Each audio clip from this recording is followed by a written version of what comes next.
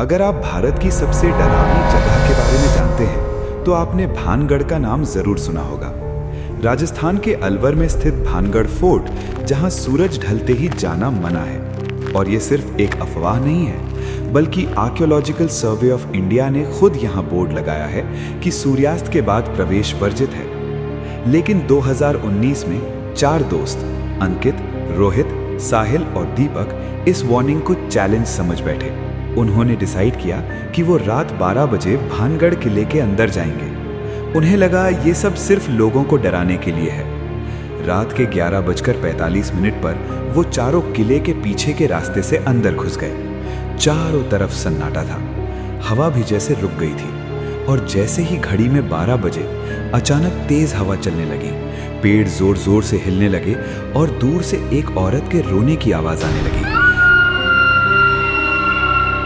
रोहित ने हंसते हुए कहा कि ये किसी का प्रैंक है, लेकिन दीपक के चेहरे पर डर साफ दिख रहा था। फिर वो लोग किले के अंदर एक पुराने कमरे में पहुंचे।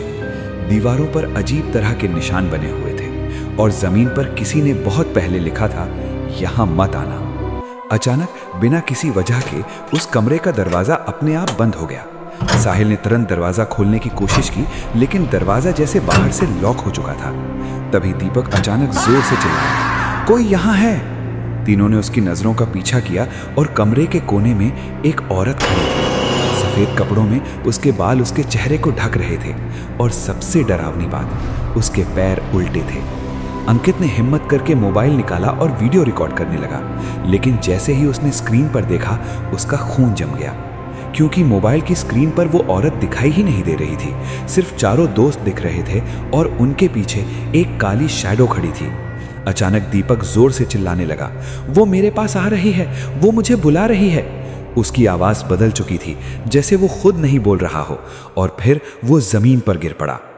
तीनों दोस्त डर के मारे पागल हो गए। किसी तरह उन्होंने दरवाजा तोड़ा और दीपक को उठाकर बाहर की तरफ भागे। वो बिना पीछे देखे भागते रहे जब तक सुबह नहीं हो गई। सुबह करीब 5 बजे वो किले से बाहर पहुंचे, लेकिन जब उन्होंने पीछे मुड़कर देखा तो दीपक उनके साथ नहीं था। वो लोग वापस अंदर जाने की हिम्मत नहीं कर पाए।